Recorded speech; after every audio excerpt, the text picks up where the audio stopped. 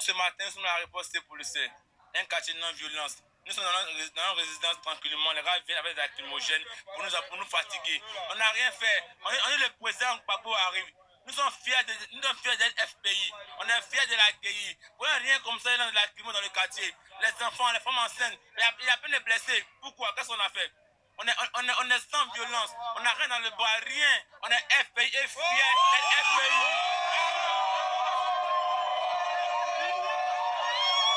On n'est pas là pour accueillir seulement que les cadavres. Hein? Amadou, quand venait, on dit on n'a qu'à l'accueillir. Ahmed Bakayoko venait, son corps venait, on dit on n'a qu'à l'accueillir. L'homme, lui qui est vivant, qui a fait combien de temps? 10 ans hors de son pays. On veut l'accueillir. Il dit il vient, on veut l'accueillir. Mais ils ne sont pas prêts pour nous laisser l'accueillir. Ils sont en train de nous gazer. Ils sont en train de nous lancer des lacrymogènes. Ils sont en train de nous lancer des plombs. Les gens sont blessés. Les gens sont en train de souffrir ici dans leur maison. Tout le monde est gazé. Tout le monde souffre. Il y a des malades ici. Hein? Mais pour ça, c'est pourquoi? Alassane là, il a dit que non, il est le frère de Gbagbo. Quand tu es le frère de quelqu'un là, tu peux pas... Quelqu'un que tu as mis en prison 10 ans, il va venir dans son pays maintenant, tu dis que non, il n'a qu'à venir. Toi, tu dis il n'a qu'à venir. Le jour où il va venir là, tu t'en vas, tu voyages à ta femme. Mais toi, tu as voyagé, on ne s'est pas plaint. Mais laisse ses frères, ils vont l'accueillir.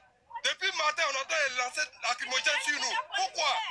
Mais vous parlez de réconciliation. Il parle de réconciliation. Il n'y a pas de réconciliation. Tu ne peux pas faire réconciliation avec quelqu'un et puis l'empêcher de rentrer dans son pays ou bien empêcher sa popularité de l'accueillir. Nous sommes très heureux d'accueillir notre président Laurent Gbagbo. Ça fait longtemps, 10 ans que nous ne l'avons pas vu. Et maintenant que nous essayons de l'accueillir en plein cœur, à bras ouverts, ils essaient, regardez, ils essaient de nous empêcher. À main libre, nous essayons de venir à accueillir notre président Laurent Gbagbo, mais ils empêchent. Ils nous frappent. Depuis 4 h du matin, nous sommes là. Convoi complet. Actuellement, nous sommes dans l'aéroport les forces de l'ordre nous empêchent de rentrer à l'aéroport pour accueillir le fils du pays. Pourquoi le faire? C'est pas normal. Nous sommes fatigués. Tout ce monde que vous voyez sont pour une seule personne. Le monde que vous voyez est pour Laurent Gbagbo. Depuis mercredi, bien avant que je n'arrive ici, il y a eu des corridors. On nous empêche d'aller à l'aéroport pour accueillir notre président qui vient, qui a été exilé forcément, qui a été forcément emprisonné pendant 10 ans. Et ça fait 11 années que nous sommes dedans. Mais une population qui s'est réjouie de la libération, de l'acquittement, et qui veut accueillir leur président sur le sol ivoirien, on les empêche. Par quoi? Par ça. Lacrymogène. Vérité. Et ici, je vous dis que ici, c'est une cité policière à l'époque où j'ai fait mon enfance.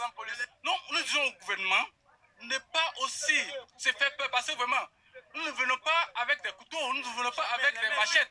Nous venons pour pouvoir certainement accueillir Laurent Gbagbo. Nous sommes de la joie de voir et des nôtres afin que nous soyons dans la joie. La réconciliation passe par là. Nous sommes étonnés. Voilà, bon, je m'arrête là parce que c'est éloquent, c'est clair hein, et net. Là, vous avez affaire à la nouvelle génération, hein, de jeunes gens qui manifestent on ne peut plus pacifique, les mains nues.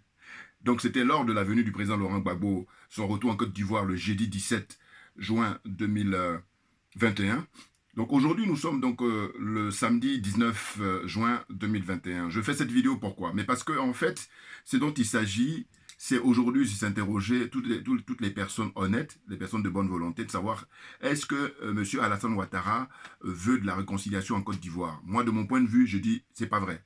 Je ne crois pas un seul instant. Parce que ce qui s'est passé lors du retour du président Laurent Gbagbo démontre définitivement que M. Alassane Ouattara ne veut pas du tout de paix en Côte d'Ivoire, encore moins de réconciliation. Donc, pas question de parler d'alternance, vous comprenez? Parce que normalement, quand on se dit en démocratie, le jeu de l'alternance, c'est le basique même d'une démocratie. Or, ces gens-là, qu'est-ce qu'ils entendent par démocratie? C'est faire l'apologie du mensonge, faire l'apologie de la mort. Ah oui, venons-en. Regardez les témoignages de jeunes gens. Il y en a un qui dit avec le visage couvert là, de kaolin ou de peinture blanche là. Bon, il dit, on nous a habitués à accueillir des morts. Hein? La mort, le retour, comment on appelle ça, du corps de Amadou Gon Coulibaly, ancien premier ministre de Alassane Ouattara. Le retour d'Ahmed Bakayoko, jeune personne qui est morte à l'âge de 55-56 ans. Retour de son corps en Côte d'Ivoire, comment dire, les gens étaient tenus de venir célébrer même ça, que j'ai trouvé ça malsain. Tous ceux qui ont bénéficié de la faveur d'Ahmed Bakayoko sont vivants. Ils sont allés au grand stade olympique Epembe là. Bon. Mais là, quand on y réfléchit, on se dit quoi? On se dit, mais en fin de compte, M. Ouattara, ce qu'il aurait souhaité, ça soit d'accueillir le corps de M. Laurent Gbagbo. Et dans ce cas-là, ça c'est encore mon analyse perso, hein, chacun apprécie. Dans ce cas-là, il n'aurait pas eu de problème pour mettre tout en œuvre de manière à ce que le retour soit, comment dire, pacifique. C'est-à-dire que les forces de l'ordre sont là pour assurer la sécurité des gens et non pas d'agresser des gens avec des bombes lacrymogènes. Là, de mon point de vue en tant que citoyen libre, je dis que c'est évident que M. Ouattara, la seule chose qu'il aurait toléré, ce soit le corps de M. Laurent Gbagbo qui rentre en Côte d'Ivoire. Ce qu'il ne veut pas, ce qu'il ne supporte pas, il l'a démontré, Laurent Gbagbo vivant, ça il ne supporte pas. Donc tout le monde est témoin. Hein. Personne ne peut se dérober. D'ailleurs là, je m'adresse aux partisans d'Alassane Ouattara. Et plus particulièrement ceux qui vivent hors de la Côte d'Ivoire. Ah ben oui. Non, parce que ces partisans, que je sache, ne sont pas exilés. On est d'accord, on est d'accord. Bon. Donc, je m'adresse à eux pour leur dire, vous qui êtes partisans d'Alassane Ouattara, qui vivez aux États-Unis, qui vivez au Canada, qui vivez en Russie, qui vivez en France, en Belgique, en Allemagne, en Belgique, que dis-je encore, en Italie, que dis-je encore, tous les pays hein, du monde où vous résidez, à Dubaï, tout ce que vous voulez. Pourquoi vivez-vous là-bas? Pourquoi vous ne rentrez pas en Côte d'Ivoire? Alors, je ne parle pas de ceux qui vont faire du tourisme pendant 15 jours, 1 mois. Je parle des résidents. Pourquoi vous vivez dans ces pays? Pourquoi vous ne retournez pas en Côte d'Ivoire? Puisque Alassane Ouattara, celui que vous soutenez, il est là-bas, il est au pouvoir. Donc vous, vous n'êtes pas en exil. Ceux qui sont opposants sont en exil, d'accord. Mais vous, vous n'êtes pas opposant. Pourquoi vous vivez là? Eh bien, j'ai dit, voilà, vous êtes profondément malhonnête. Et ça, je vais vous dire, franchement, et je vais vous dire, moi, je ne marche pas sur les histoires de armes. Ça ne m'intéresse pas. En revanche, moi, je suis pour la vérité et la vérité et la justice. Et là, je suis pour que, mais on vous enseigne. Hein, vous allez vous asseoir, comme dit la jeune femme de Danyama, Fleur à Kembo. Hein, on va vous apprendre qu'est-ce que c'est que la démocratie. On va vous apprendre qu'est-ce que c'est que gérer un pays avec l'amour. Ah oui, moi je suis partisan de ça. Ah oui. Non mais c'est impressionnant. Qu'est-ce que c'est que ça? Vous vous rendez compte? Là, il est parti en voyage, le monsieur. J'ai déjà fait des vidéos, c'est la 3e que je fais là, concernant le retour du président Laurent Gbagbo. Enfin, en tout cas, j'ai fait plusieurs, mais en tout cas, là ces derniers temps, ils sont côte à côte. Je me présente. Doubian sur le net, je suis accessoirement spécialiste de la France et je suis un panafricain convaincu, très convaincu. Bon, mais au fond, qu'est-ce qui se passe? Ce monsieur a une démarche qui est inédite en matière de gérer un pays. On parle du pays de Houphouët-Boigny. Même si moi je suis très critique, parce que je dis aujourd'hui justement nous sommes en train de payer toutes ces factures-là. Et lui il a dépassé Houphouët-Boigny en matière de servitude. C'est-à-dire que quand les Français lui disent, écoutez messieurs, apportez-nous une bouteille, je sais pas moi, de Fanta, j'allais dire, une bouteille d'eau minérale ou une bouteille de Bandji, tout ce que vous voulez, une. Mais lui dit non, je vous emmène au casier. En fait, lui, il décide toujours de faire plus que ce qu'eux, ils vont demander. Et je dis encore une fois dans mon analyse personnelle, en réalité, c'est pas lui qui a l'initiative du retour du président Gbagbo. En fait, il a été forcé, on lui a forcé la main, c'est la démonstration. Et je dis, ce qui est surprenant, c'est qu'aucun membre du gouvernement n'est venu. Pas même le ministre soi-disant de la réconciliation, c'est-à-dire M. Kakabe, Kwaku Konan Bertin, hein, dont j'associe à la venue au pouvoir de M. Ouattara pour un 3e mandat. Ah oui, Kwaku Konan Bertin, Kakabe, là, il est responsable, évidemment. Et là, c'est ceux qui sont honnêtes qui ne vont pas discuter là-dessus, hein, c'est une évidence. C'est-à-dire que ce monsieur corrompu qu'il est, c'est lui qui a occasionné cette situation-là. Puisque si lui... le problème des hommes politiques en Côte d'Ivoire, c'est ça, c'est que personne ne veut faire de sacrifice. Personne. Ils sont tous des cupides. Tous des cupides. C'est l'argent qui les intéresse. C'est le matériel qui les intéresse. Voilà. Donc on veut venir même prendre la place de M. Ouattara pour faire pareil, si ce n'est pire que lui. Voilà, ils sont toujours dans ce concours-là. Hein. Ils sont dans ce concours-là. Voilà. Vous comprenez? Donc je dis, on nous dit que M. Kakabe donc, a été désigné, hein, quand M. Ouattara, ça y est, il a eu son 3e mandat et tout, dans les conditions qu'on sait, hein, avec la tête du jeune Kofi, qui a été coupé, et on a joué au ballon avec ça. On ne va jamais oublier, hein, vous pensez bien. Ah bah oui, ce 3e mandat-là, c'est ça, le sacrifice de M. Ouattara. Il a fait des sacrifices, mais là, celui-là, il a été démontré, il a été montré au monde entier. Vous comprenez? Donc, qu'est-ce qui peut expliquer que M. Kakabe ne soit pas à l'aéroport si on nous dit que c'est lui qui est le ministre de la Réconciliation? Et comme je vous ai toujours dit, j'ai dit que en politique, le symbole est hyper important. Et de le dire même, c'est bon, voilà, c'est banal. Hein. Mais il y en a qui ne comprennent même pas ça, hein, attention. Et là, ils disent qu'ils font de la politique. Non, non, il y a une question de niveau. Hein. Là, le débat, il est un peu élevé, là. Donc, ce qui m'énerve, c'est qu'ils veulent faire le malin. Ça, j'ai dit non, chacun a son domaine. Il y a des domaines, t'es bon, voilà, tu vas briller là-bas, mais c'est pas bon. Laisse les gens qui s'y connaissent, écoute-les, et puis apprends. Voilà, prends note. Vous comprenez? Donc, c'est du bon sens en ce qui me concerne. Je dis, mais, et puis aussi l'honnêteté intellectuelle, toujours, toujours. J'ai dit, si on nous dit que M. Kakabe est le ministre de la Réconciliation, comment se fait-il qu'il n'est pas à l'aéroport pour accueillir M. Gbagbo Laurent, le président, son excellence, le président Laurent Gbagbo? Pourquoi n'est-il pas là-bas? Parce qu'à la limite, M. Ouattara va dire que voilà, mon agenda ne me permet pas. D'accord, admettons, alors qu'en réalité, on a appris par la suite qu'il est ici en France, à Mougins, dans le sud de la France, hein, en train de fêter le mariage de sa belle-fille, c'est-à-dire que la fille de Mme Ouattara, Mme Nouvian, voilà. Donc ça veut dire que le mariage de sa belle-fille est beaucoup plus important que la réconciliation des Ivoiriens. Donc là, j'interpelle les partisans de M. Ouattara d'une part, et d'autre part de tous les Ivoiriens. C'est-à-dire qu'il y en a même d'autres qui sont ni pour Ouattara, ni pour Gbagbo. J'interpelle tout le monde pour dire quoi? Pour dire qu'écoutez, on est dans une situation du vivre ensemble. On fait comment? Il y a une question de priorité. Vous voyez, soyons sérieux un peu. Qu'est-ce que je veux dire par là? Je veux dire qu'il faut arrêter de faire le malin. J'écoute les commentateurs, là, les journalistes en Côte d'Ivoire, et puis donc ils analysent sur comment ça s'est passé pour le retour du président Gbagbo. Ils ont le culot de dire que les torts sont partagés. Vous voyez, la corruption a atteint un niveau d'abord moral et ensuite matériel. Ça veut dire quoi? C'est-à-dire que dans le cas de figure, c'est le président, enfin, en tout cas le gouvernement, c'est l'État ivoirien qui doit assurer, comme ils l'ont dit d'ailleurs quelques jours, quelques semaines auparavant. M. Ouattara a fait, on nous a démontré lors d'un conseil de ministres que M. Gbagbo va disposer de tout, compte tenu de son statut d'ancien président de la République. Mais ça se manifeste comment? Parce que dire ça, c'est ce que j'appelle la théorie. Maintenant, dans la pratique, ça donne quoi? Dans la pratique, tout le monde a été témoin. On a vu que le 17 juin, M. Ouattara a fui ses responsabilités. Voyez-vous?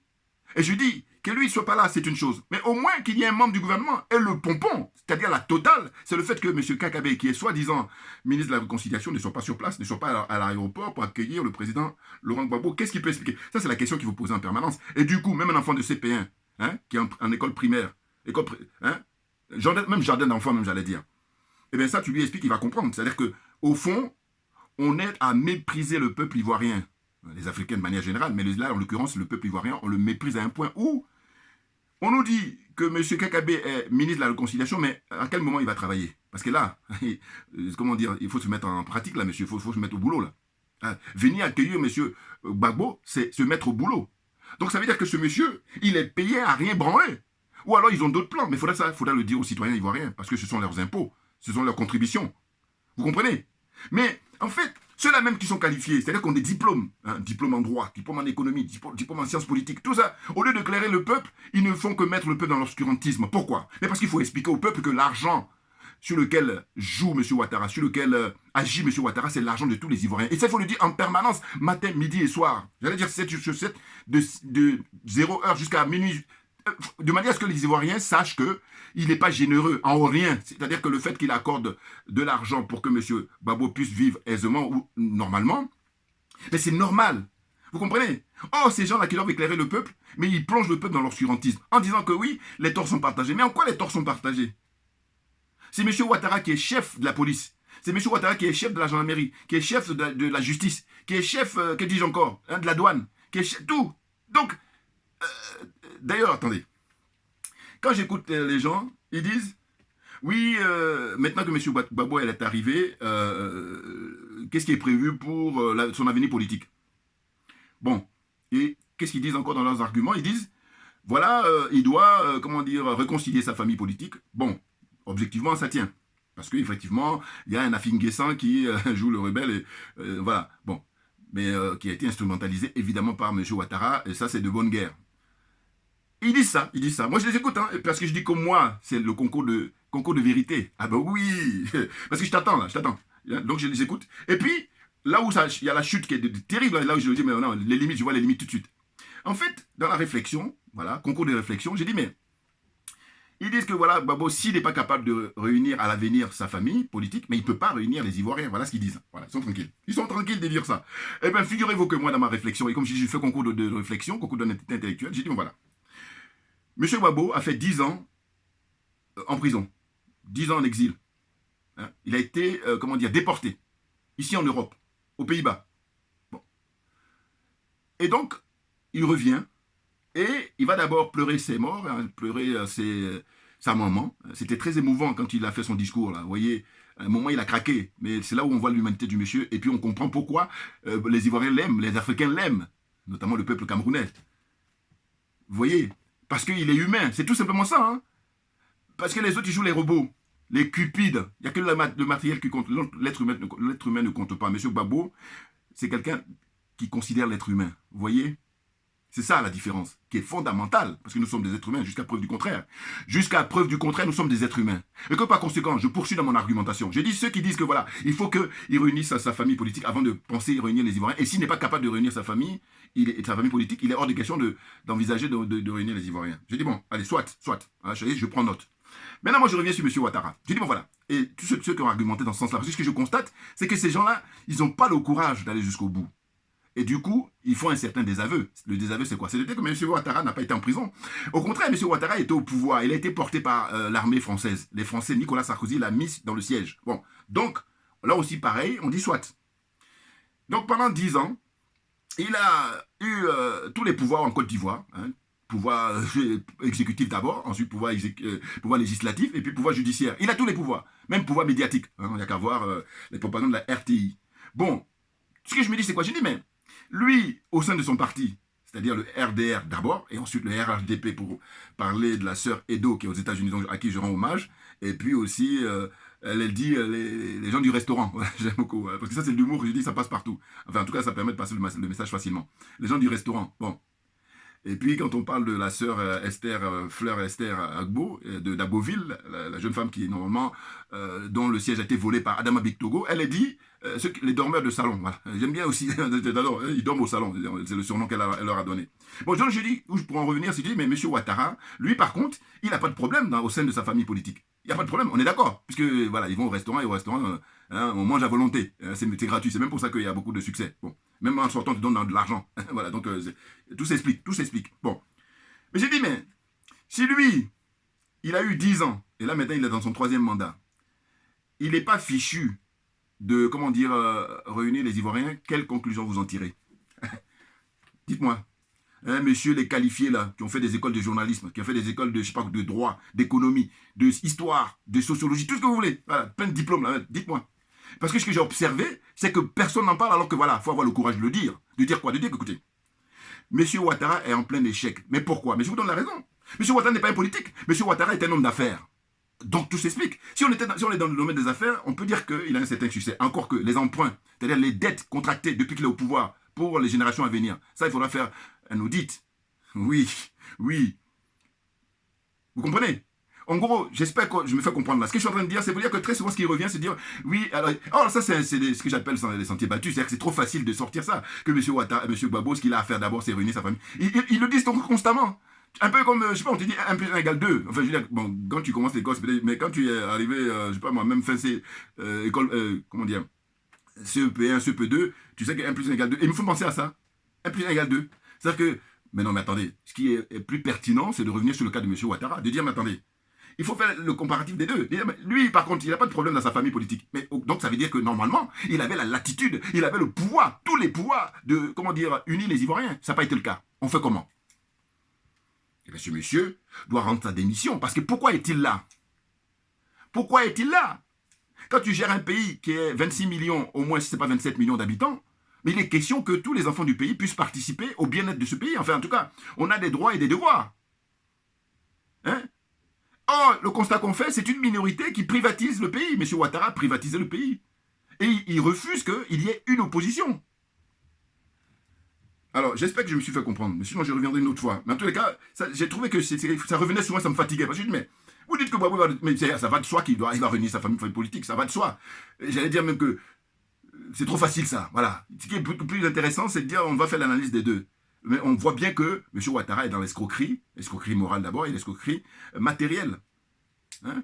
Bon, alors, je repars pour ne pas oublier, parce que si je ne note pas, je vais oublier des trucs. M. Ouattara aurait tout mis en œuvre pour accueillir la dépouille mortelle de M. Gbagbo. Ça, c'est ce qu'il avait souhaité. Mais il ne veut pas voir le dernier Gbagbo vivant. Voilà, j'ai noté, j'ai dit ça tout à l'heure. Voilà. Hein, on a eu le cas de Gon Coulibaly, on a eu le cas de Ahmed Bakayoko. Voilà. Donc ça, c'est des notes que j'avais prises. Voilà. Et qu'est-ce qu'on nous dit? On nous dit qu'en fait, les gens sont venus de tous les coins de Côte d'Ivoire. Il y avait 326 cars. Vous vous rendez compte? 326 cars. Faites le calcul. Sachant que dans les cars, il y a à peu près 50-70 places. 50 au minimum, ça va jusqu'à 70, voire même plus. Bon, mais on va faire une moyenne, on va dire 70 places. Et vous faites donc 70 places, mais tu veux pas 326 cars. Les cars sont blindés, hein, évidemment. Et ils viennent de tous les coins de Côte d'Ivoire. Premier point. Et ils ont été évidemment bloqués dans les... Hein, tout a été fait de manière à ce que, justement, ça ne se passe pas bien. Vous comprenez? Bon.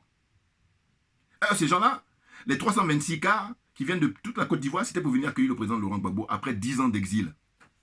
Hein, après 10 ans d'injustice. Vous comprenez? Bon. Donc, le constat qu'on fait, c'est quoi? Donc,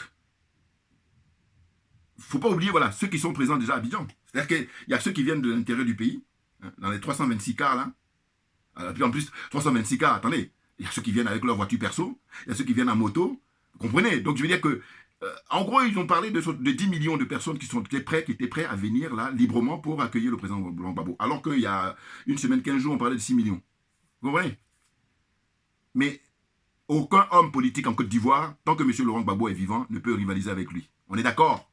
Il n'y a que les coups d'État, il n'y a que les magouilles, il n'y a que la France qui, par toutes ses habitudes, hein, son procédé de force, hein, fait la force. Elle ne fonctionne, c'est un pays colonialiste, mais c'est le premier pays le plus colonialiste au monde, la France. Même qui bat les États-Unis. Ah oui, parce qu'à la différence des Américains, ils sont plus pragmatiques, les Américains. C'est la culture anglo-saxonne. Alors que les Français, dites-moi, ils détiennent toujours la Martinique, la Guadeloupe, la Guyane. Qui est là-bas? Ce sont des Noirs. La Réunion, Nouvelle-Calédonie. On est au XXIe siècle.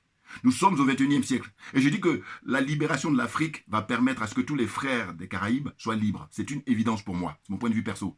Voilà. Vous comprenez? Donc l'enjeu est trop énorme. L'enjeu est... C'est pour ça qu'il faut arrêter de perdre du temps, les gars. Ah oui, il faut arrêter de perdre du temps. Il y a des gens qui se sont sacrifiés. Pensent toujours au père de l'indépendance. Il ne faut pas les oublier. Et je dis que ces gens-là, il ne faut pas que leur mort ne serve à rien. Et c'est pour ça que je reviens toujours là-dessus en disant que les hommes et les femmes politiques au Congo RDC, qu'est-ce qu'ils branlent? Et qu'à partir du moment où ils viennent nous prendre le pouvoir juste pour, comment dire, un certain prestige, juste pour le confort, juste la cupidité, mais je dis, mais foutez la paix à Kagame. On est d'accord là-dessus. Ah ça, je ne lâcherai pas ce morceau parce que moi, je dis, je fais concours d'honnêteté. Voilà. Je fais concours d'honnêteté. Et puis du bon sens. Voilà. Parce que je dis, si les hommes et femmes politiques au Congo RDC, ils se montrent patriotes, Kagame n'a aucune chance, ni même les Américains. Personne n'a aucune chance. Ils vont protéger leurs intérêts. Ils vont protéger leurs richesses. Mais comme ils ne le font pas, comme c'est le dernier de leurs soucis, chacun joue dans son petit coin, alors que l'enjeu est énorme, alors que ce monsieur a été tué, je parle à Patrice Lumumba. Non mais, franchement, je trouve qu'à un moment donné, l'erreur est humaine. Ce que j'ai toujours dit, mais reconnaissez-le, et puis on va avancer. Mais sinon, si c'est pour faire le malaise, hein, allez, moi je passe à l'oppression. Moi, ce que je respecte, c'est l'intégrité morale, l'honnêteté des gens, hein. Donc c'est pour ça que je dis que comme l'erreur est humaine, il faut l'accepter. Et puis maintenant, on va passer à autre chose. Voilà, n'importe quoi, franchement. Alors, la suivante, c'est quoi? C'est l'attitude, voilà, j'ai dit tout à l'heure, l'attitude et la réaction de certains journalistes et commentateurs ivoiriens, à savoir que la responsabilité, la mauvaise organisation du retour de Laurent Gbagbo, n'importe quoi. Ils ne sont pas courageux pour dire que c'est M. Ouattara qui est le seul responsable de tout ça, parce que quand on fait rentrer le corps de Gon Coulibaly, ça se passe bien, on fait rentrer le corps de Ahmed Bakayoko, n'en parlons pas. Mais pourquoi là, M. Gbagbo, Dieu fait qu'il est vivant, on dit non. Alors on me dira, oui, mais les autres, c'était ses premiers ministres. Mais même, franchement, il n'a même pas un petit fair play. Non. On est dans des esprits sataniques. Mais oui. Non, moi, je veux dire ce qui m'inspire personnellement. Je vais peut-être paraître, comment on appelle ça, terre à terre ou vulgaire ou, comment dire, trivial. Je dis en fait, quand je réfléchis quelquefois, je me dis, mais en fait, il faut penser à des gens qui ont gagné au loto. Mais une très forte somme, parce que je me dis toujours, il faut essayer de se mettre à la place des gens. Donc, quand c'est comme ça, j'essaie de me mettre à la place. Mais il faut avoir gagné une somme, mais vraiment. Et là, eux, pour eux, l'attitude qu'ils ont, c'est ce qui ça me fait penser. J'ai dit, mais ils sont dépassés. Ils sont dépassés, mais évidemment. Non, mais parce que sinon, il y a des minimums qu'on doit accorder. On accorde un minimum à M. Gbagbo qui rentre là après 10 ans de souffrance, à tous les niveaux. Souffrance physique, souffrance morale surtout. Et il a perdu ses proches. Notamment sa maman, notamment son frère, j'allais dire jumeau pratiquement, avec qui il a créé le FPI. Aboudraman Sangaré. Parce que quand on regarde les documentaires, il explique tout ça. Vous comprenez? Et donc, il accorde même pas ces minimums-là. Et on gaze les gens, les jeunes gens là, vous voyez, très jeunes qui disent, mais nous sommes venus pour juste célébrer le retour de papa, tonton, tout ce que vous voulez, grand-père, Laurent Gbagbo. C'est tout, avec les menus, c'est tout. On ne vient pas revendiquer quoi que ce soit. Mais non, on dit que vous n'avez même pas droit à ça. Et donc, à un moment donné, j'ai une prochaine vidéo à faire, pas aujourd'hui, mais en tout cas, dans les jours qui viennent, il y a un frère là qui est intervenu sur Afrique Média, j'ai beaucoup aimé, il dit, mais si vous nous provoquez à ce point-là, on va prendre M. Laurent Gbagbo pour le déposer au palais. Et j'ai dit, mais c'est ça, est-ce qu'il va finir par arriver? Ben oui, parce que vous savez, c'est l'histoire de quand tu tires trop sur la corde. Là, ils sont en train de trop tirer sur la corde, et elle va finir par casser. Et c'est du bon sens, ça. C'est du bon sens. N'importe quoi. Alors, je poursuis. Pourquoi l'itinéraire a été modifié alors que les partisans et les collaborateurs du président Gbagbo et puis les membres du gouvernement, enfin ceux qui étaient, comment dire, qualifiés pour discuter de ça, hein, notamment la préfecture et puis tout ça, hein, les ministres, voilà, avaient déjà convenu d'un itinéraire quelques jours auparavant. Hein? Pourquoi ils modifient au dernier moment? Parce qu'on apprend qu'au dernier moment, ils ont demandé à ce qu'ils puissent utiliser un autre pont, le pont Konan Bédié ou je sais pas quoi. Mais n'importe quoi. Alors, est-ce que c'est un piège? Là aussi, bon, j'aime pas trop ce truc parce que ça... Bon, c'est des hypothèses à ne pas écarter en tous les cas. Parce qu'on se dit aussi pourquoi M. Ouattara, comme par hasard, quitte le pays, soit le jour même ou à la veille de l'arrivée de M. Gbagbo, alors que l'arrivée de M. Gbagbo, c'est pas une arrivée ordinaire. Et quand tu donnes ces arguments-là, quand on interroge Adama Bikotogo, quand on interroge tous ces partisans-là, Ouattara, c'est-à-dire Adjoumani, c'est-à-dire qui encore, tous les autres là, hein, les partisans, c'est les partisans en général, la réponse qu'ils donnent, c'est quoi? Ils disent que oui, mais M. Gbagbo est un citoyen comme tout un autre et que quand il rentre, on n'a pas besoin d'aller, machin, tout ça. Et puis ils ajoutent que, voilà, par exemple, prenez l'exemple du président Konan Bédié, quand il part, il fait ses allers-retours à l'étranger, quand il revient, on n'est pas forcément. Mais pourquoi vous faites de la confusion? Pourquoi vous faites de l'amalgame? Mais c'est volontaire, vous êtes de mauvaise foi. Si vous êtes médiocre, là, pour le coup, parce que tout le monde est témoin que non, le retour de M. Gbagbo n'a rien à voir. Est-ce que M. Konan Bédié sort d'une prison? C'est de ça dont on parle. Est-ce qu'il y a eu des événements, là, ce qui s'est passé là en 2010-2011? Est-ce que... hein? Donc, il ne faut pas mélanger les choses. Mais c'est volontaire, évidemment, parce qu'ils sont sans foi ni loi. C'est ça que j'ai compris, moi. Ah bah oui. Et je dis, le président Gbagbo, il a juste gentil alors qu'il est en face de lui des gens qui sont sans foi ni loi. C'est-à-dire qu'ils sont dans une situation de ne rien respecter. Ce qu'ils respectent, c'est que tu te comportes comme un esclave. Oui, là, il y a encore, et encore, et encore, et encore. Vous comprenez? Donc, quand tu es en face de toi des gens qui respectent les règles, tu te conformes, si j'allais dire. Mais ce n'est pas le cas. Ils ne respectent rien. Il n'y a que eux qui ont le droit de citer. Voilà. N'importe quoi. Des minables. Des minables. Je vais vous dire. Quel que soit l'argent. D'ailleurs, l'argent que vous avez, c'est l'argent du peuple. Ah oui. Parce que vous n'avez pas transpiré pour l'avoir, hein, au sens de... Dans votre propre travail, non. Vous avez escroqué le peuple. C'est en cela que vous ne méritez aucun respect. Moi, je suis à l'aise. Hein, quand je dis médiocre, quand je dis minable, mais vous ne pouvez pas imaginer. Ah ben oui. Je parle tranquillement de ça. À l'aise. Ah oui. Parce que vous l'êtes. Vous n'êtes pas autre chose. Quand tu fais du travail perso, hein, tu n'escroques personne, tu voles rien, pas d'argent au peuple et puis tu gagnes total respect. Ouais, ah oui, oui, oui, total respect. Mais quand ce n'est pas le cas, je dis ferme-la, rasez les murs, vous n'avez aucun mérite. Vous êtes des voyous en col blanc. Alors ça c'est sûr, n'importe quoi. Alors, je termine. Donc je dis, l'absence de Kakabe, ben, c'est l'illustration que M. Ouattara ben, cherchait d'une certaine façon ceux qui donnent cette hypothèse-là, on peut leur donner les raisons, parce qu'on dit, mais comment ça se fait qu'il n'y a aucun membre du gouvernement qui est présent? Et même pas le ministre Kakabe qui est chargé, lui, soi-disant de la réconciliation. Donc à partir de là, on doit bien comprendre que la paix en Côte d'Ivoire n'intéresse pas M. Ouattara. La réconciliation en Côte d'Ivoire n'intéresse pas M. Ouattara. Hein? Ce qui intéresse M. Ouattara, ben, c'est qu'on lui fiche la paix et qu'il meure au pouvoir, et puis même qu'après lui, il y ait ses descendants, c'est-à-dire là, photocopie, là, comment on l'appelle, je sais pas, qui est actuellement ministre de la Défense. Alors certains disent que c'est son frère, d'autres personnes disent que c'est son fils. Allez savoir. Bon. Donc, il est plutôt dans cette démarche-là. Et que, pour lui, il veut mourir au pouvoir, ça c'est sûr. Là, il n'y a aucun doute à avoir là-dessus, premier point. Deuxième point, quand bien même il serait même plus en vie, mais il faut que ça continue, que le peuple ivoirien, que les Ivoiriens soient méprisés, que les Africains soient méprisés, parce qu'ils méprisent toute l'Afrique. Hein. Je vais vous dire, pour terminer ma vidéo, parce que c'est ma réflexion encore personnelle. On nous dit que voilà, monsieur Alassane Ouattara se bat pour les gens du Nord. Donc, en général, les Dioula. Bon, sachant que moi, je ne suis pas un Africain. Mais là où je dis toujours, j'arrive à bloquer ces gens-là, qui sont pourtant très qualifiés, hein, mais simplement, voilà, moi, quand je fais concours d'honnêteté intellectuelle. Mais les gens du Nord, moi, je pousse plus loin, moi. J'ai dit, mais les gens du Mali sont les gens du Nord par rapport à la Côte d'Ivoire. Et puis d'ailleurs, on parle le Bambara. Et donc, en Côte d'Ivoire, on parle le Dioula. Mais c'est la même chose, les termes qui changent. Bon. Eh bien, si on nous dit que M. Ouattara défend les gens du Nord, mais la logique voudrait que, mais il ne fasse pas de blocus par rapport aux événements qui se passent au Mali. Alors qu'il est le numéro 1 pour faire du mal au peuple malien. Donc, quand on dit... En fait, je casse aujourd'hui, ça fait longtemps que j'y pensais, hein, parce que je dis, mais pourtant, ça me paraît évident. Enfin, beaucoup de gens savent, hein, je ne suis pas le seul, mais il faut donner cet exemple-là, parce que là, c'est du concret, là. Voilà. Voyez-vous? Si on dit qu'il défend les gens du Nord de manière générale, eh bien, pourquoi il fait du mal au peuple malien par les boycotts qu'il fait là? C'est-à-dire, il n'est pas d'accord avec le renversement d'Ibeka. Donc, c'est pour ça qu'il bloque l'électricité qui va aller au Mali, parce que la Côte d'Ivoire fournit un peu d'électricité à aller au Mali, et puis aussi les blocus qu'il a fait, hein, quand les militants ont pris le pouvoir, il a bloqué pendant des mois et des mois, hein, pour que le peuple Bon, ça c'est une recette qui est basique, hein, que font tous les gens qui veulent, comment dire, que le peuple aille contre ceux qui sont au pouvoir, voilà. Donc c'est vraiment un truc basique. Donc, c'est en cela que je dis, mais voilà les limites.